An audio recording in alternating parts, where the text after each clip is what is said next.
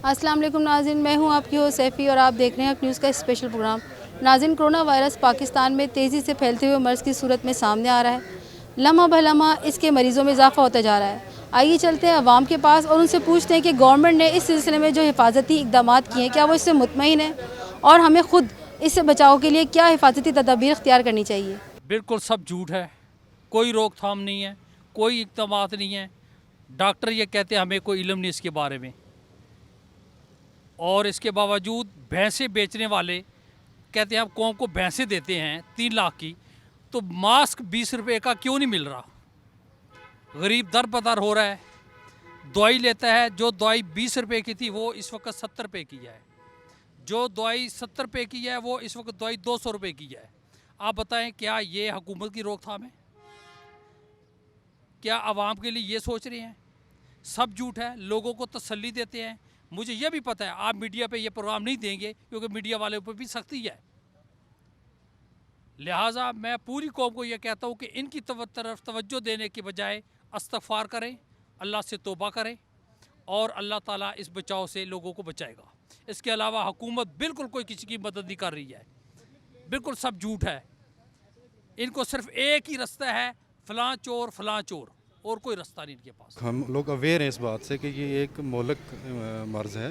तो इससे ये कि आपस में जिस तरह एहतियाती तदबीर जो भी मीडिया पे या जिस जगह पे प्रॉपर बताई जा रही हैं उन पे अमल करें, और आपस में कोशिश करें कि वो डिस्टेंस मेंटेन रखें। ये कोई ऐसी बात नहीं है कि खुदा न खास्ता हमारे रिश्ते या प्रॉब्लम्स इन चीज़ों में ख़राब हो जाएंगी इनसे। ऐसा नहीं है। हमें इस चीज़ को समझना चाहिए कि ये एक ऐसी मर्ज़ है जो हमारे लिए प्रॉब्लम क्रिएट कर सकती है। एक से दूसरे को एकदम वो इफ़ेक्ट करती है।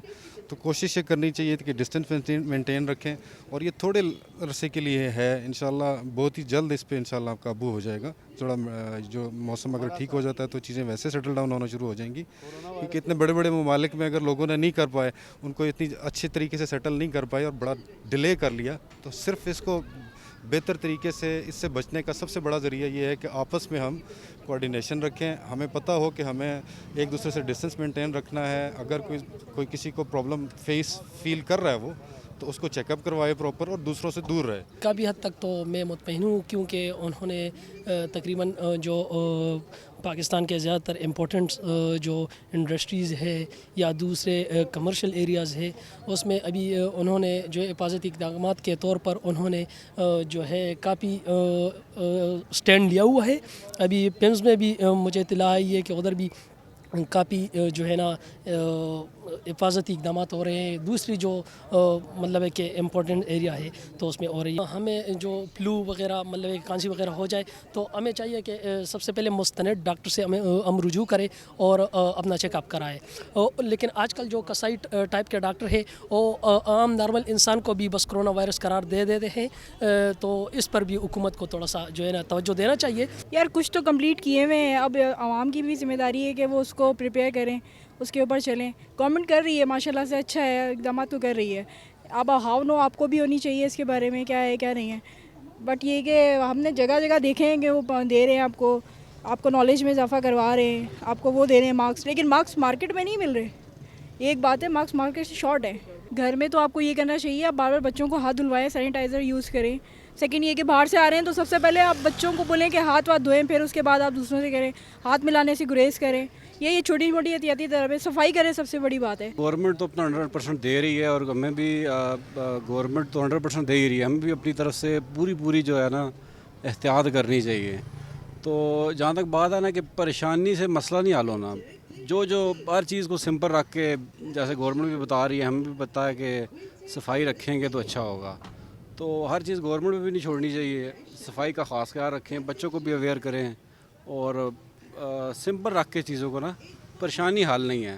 सफाई सुथराई रखें, 5 टाइम वज़ू करें, और इसी तरह इंशाल्लाह यही तरीके हैं कि इनसे बंदा सॉल्व कर सकेगा। इक़दाम तो अच्छे कर रहे हैं, लेकिन ये डिज़ीज़ ऐसी है जो इंटरनेशनली चल रही है, तो उसको थोड़ा कवर करने के लिए थोड़ा अंडर डेवलप कंट्री है थोड़ा हमारा फॉरेन कंट्रीज़ के मुताबिक, लेकिन उस हिसाब से ठीक जा रहे हैं जिस तरह कर रहे हैं। सिंध में भी जैसे आज इन्होंने काफ़ी बड़ा वो आइसोलेशन वार्ड बनाया है, तो उस हिसाब से ठीक जा रहे हैं।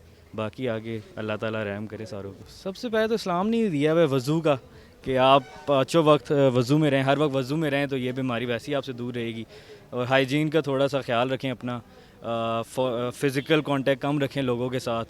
इसमें काफ़ी ज़्यादा जो ट्रांसमिशन है वो फ़िज़िकल कांटेक्ट से काफ़ी ज़्यादा हो रही है। सैनिटाइज़र का इस्तेमाल करें, वज़ू में रहें, मुंह हाथ धोएं।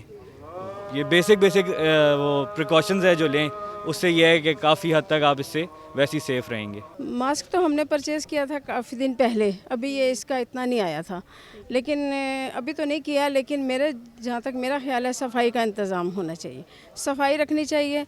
हाथ ना मिलाएं किसी से, वो बंदा अवॉइड नहीं कर सकता। मैं 10 दफ़ा हाथ मिला लिया है सुबह से, क्या करें, मतलब वो बुरा लगता है अगर कोई अगला वो करे तो हमारे वही है कि इस्लाम में 5 दफ़ा जब नमाज़ पढ़ते हैं तो वज़ू करते हैं, तो वो कदतन बेहतर चीज़ है। जी नाज़रीन, आपने हमारा आज का प्रोग्राम देखा और आवाम की राय जानी। हमें चाहिए कि इस मर्ज़ से बचाव के लिए सफाई का ज़्यादा से ज़्यादा ख्याल रखें, रश में जाने वाली जगहों से परहेज़ करें और सैनिटाइज़र का इस्तेमाल करें, ताकि जल्द अज जल्द इस बीमारी से बचाव मुमकिन हो सके।